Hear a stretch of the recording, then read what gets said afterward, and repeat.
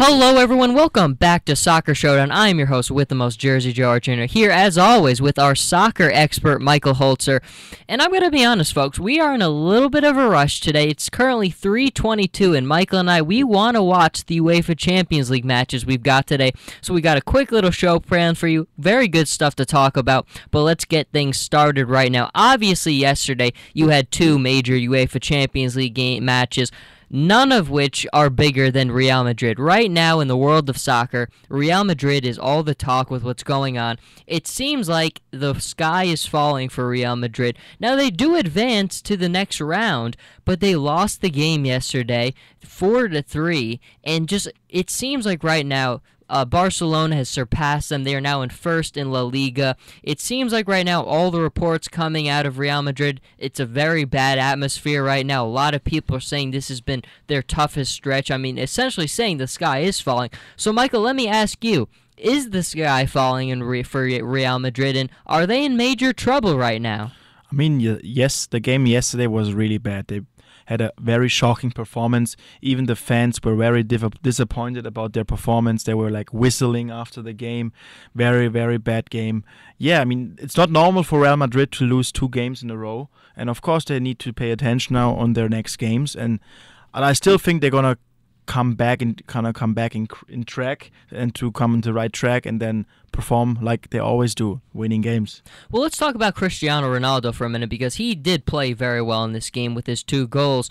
But he boycotted the media after the game. A lot of controversy. He refused to speak to the media, basically saying that he wasn't going to talk until the season was over.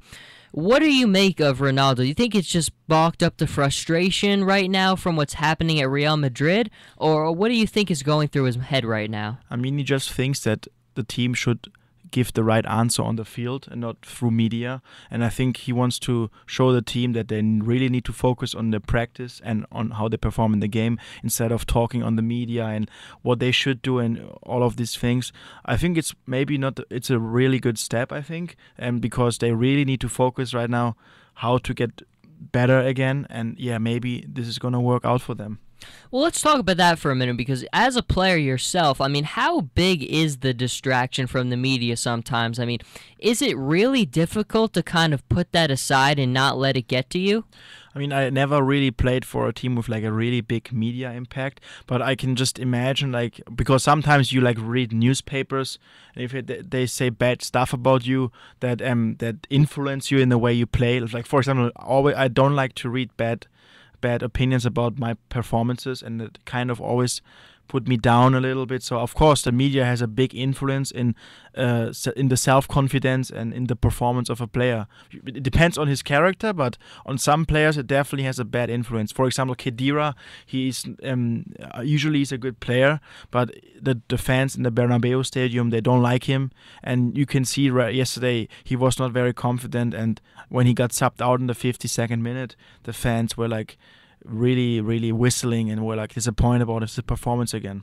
Very interesting. Now, the final note for Real Madrid is that a lot of people are saying now that they don't think Real Madrid has a chance to win the title again this year in La Liga or the UEFA Champions League. They just look at the way things have gone right now. Real Madrid losing in La Liga last weekend, now losing this game, although advancing, still losing this game in the Champions League. And then when you look at Barcelona, they're just clicking on all cylinders. Let me ask you now, Michael, is Real Madrid's Champions League hopes over? Are their La Liga title hopes, do they rest with the El Clasico Part 2 coming up very soon? I think Real Madrid is going to be very strong in the quarterfinals of the Champions League because they usually play better against better opponents. I feel like they just thought Schalke 04 is maybe an easy game because they already won 2-0 in the first game. So I think that was maybe a reason why they played so bad. And I think when they play against Barcelona in the Clásico, you will see a totally different Real Madrid. And yeah, I'm not sure if Barcelona is going to win that game. Very interesting. Do you put a lot of the blame on Casillas? Because it did seem like in a lot of the goals he allowed yesterday, they were good strikes, but I think a lot of them were preventable. I mean, you can concede a goal like once or twice, but not fall like this. Yes. I mean, not all of the goals were his fault. For example, the third goal was not his fault. It was just a great shot. But the 2 or 3 goals, I feel like he could save at least one. So yeah, he definitely could have been better in that game. Well, that's very interesting. A lot of talk. Maybe the sky is falling for Real Madrid. Maybe it's not, but time will certainly tell. Let's go on to the current Champions League games we have today. Of course, Bayern Munich, your favorite club. You take the floor. You tell me, what do we expect from this one today? I mean, if Bayern Munich is losing today, it's going to be a disaster. Not only for Bayern Munich, it's going to be a disaster for Pep Guardiola and for the whole Germany, because Bayern Munich, every year in Germany, everyone expects Bayern Munich at least to go to the semi-final or final in the Champions League, and they play against the teams like the Donetsk, which doesn't have the biggest reputation in soccer in Europe. So everyone expects them to win, and yeah, I expect that too, because if they will not win and they will not be in the Champions League anymore, I would be very disappointed. Do you think it gets in their head a little bit now? I mean, a lot of the media talk has been about the 0-0 draw we saw last week. I mean, they're such a talented club. Is it just a matter of they just have to not think, go out there and play, because they legitimately should be the better team in this match? I mean, it's a dangerous result, 0-0, because with the away goal rule. Oh my goodness, if yes. you play 1-1, you're out of the competition. So yeah, there's definitely a lot of pressure for Bayern Munich right now, and there's nothing to lose for Donetsk because no one expects them to go through. So yeah, but Bayern Munich has been playing really well in the past under pressure, and I'm almost 100% confident that this will be a 2 or 3-0 game. Do you like the away goal rule? No, I don't like it, because if I think they should change it, because if you don't win or don't lose, it's, in my opinion, the same thing. Yes. Like, you can score. A soccer field is always the same. I understand that there is a home stadium and away stadium, but I still think they should change the rule about away goals. And I agree with that too. I think for a lot of Americans who come into these matches, they're kind of confused by it. I mean, when you look and you see Real Madrid lose and they move on to the next round, I had to explain this to so many people. Why is Real Madrid advancing when they lost this match? It's very puzzling to a lot of people. Yeah. But very interesting from that front. But let's go on to the next one. Now, I know you're excited about Bayern Munich, but I can't contain my excitement about Chelsea and Paris Saint-Germain. Really excited for this one. Who do you think comes out on top? I think Chelsea is going to go through, because not only because Jose Mourinho is the coach, but I just think that Chelsea is going to be dominating this game. Even if I love PSG and Ibrahimovic, I just think that Chelsea is collectively the better team. Interesting. I agree. I think Chelsea, again, it'll be a good contest like it was the first time, but we just see all the time Chelsea, when their defense is just so hard to beat. Guys are always in the right place. I mean, if you kind of take a picture of Chelsea's defense, it's always like picture perfect every single time. I think it's just going to be too difficult, and Chelsea will come away and, of course, advance to the next round. But that is wrapping up these games a little bit. The matches are starting very soon, so we're kind of going to start to wrap down now. Just wanted to touch a little on New York City FC before, because we have talked a lot about it on this show before. You've trained with that New York City FC, so we have a nice insight on that team in this show. And they did play their first match ever last Sunday against Orlando City. A very good matchup. It was a 1-1 draw. The biggest thing I think a lot of people want to know, Michael, is about David Villa. Obviously, he's the big name right now for this club. We know Frank Lampard will be coming over, and one of the big things was Villa did struggle in this match, kind of getting in space with the ball. Now, a lot of that is because there's not a ton of other talented players around him, but just kind of talk about what will Frank Lampard do? How will the two of them make things so much easier for each other?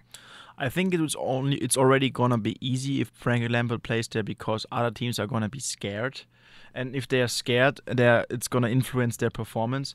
And it's always good to have like 2 or 3 big names, because then you can focus like only on this one player. And I think it's very hard for Villa, because everyone knows Villa. Everyone wants to do well against him. Every defender wants to like show off how good he is against Villa. And you saw that in this match. Yeah. When David Villa had the ball, you had 3 or 4 guys from Orlando City running over to him. Yeah, and that's gonna be tough in the beginning because the MLS is not a bad league. There's a lot of physicality in this league. It's not that pretty like in La Liga, and the level of players Certainly. is of course not the same.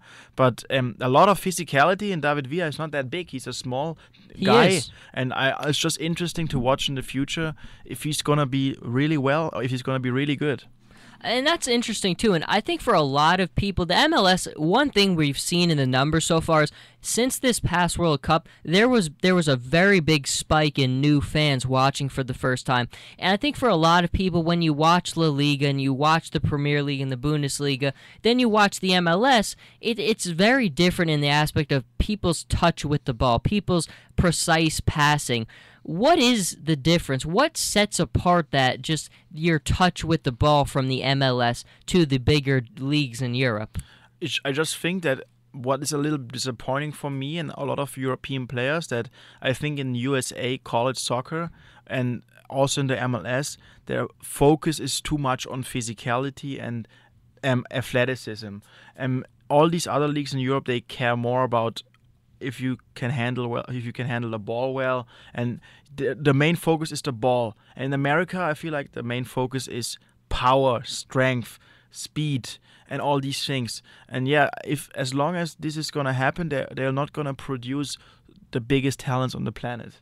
Very interesting. Well, Michael, I don't want to keep you past 3:45 because I know you want to get there and watch Bayern Munich. I I'm want to already go a and little watch. bit nervous about the game. You Oof. know? You Yeah. really are? Yeah, a little bit. Yeah. I mean, look, I think you got to be a little bit nervous, but at the end of the day, when there's a big game, I don't know. If I was a betting man, I would bet on Pep Guardiola and Bayern Munich. I hope they do it like Porto yesterday. They won 4-0. You know what? They're a club no one talks about, but I mean Yeah. they just keep winning. I don't think they've lost in the Champions League so far. Yeah, my best friend actually is right now in Porto and watched the game. Oh in wow! Portugal, and he was like behind the goal of the Porto goalkeeper, and he said like the atmosphere was really really good, and they are so good that Quaresma. Yes. Yeah, and he was a very famous player for Portugal, and he's on the bench, so that says alone like Wow. how good the team is. But let's see. It's an underdog. Yeah, absolutely. Let's see. Well, you got the inside scoop from Michael Holzer himself. But from Soccer Showdown, I'm Jersey Joe Archino with Michael Holzer. As always, we'll be back next week, same time, same place. Hopefully, actually, no, we won't. We're on spring break next week. I True. lied a little bit, Yeah. but we will be back after that, breaking down everything in the world of soccer. But Michael Holzer, Jersey Joe Archino, thank you for listening. See you soon.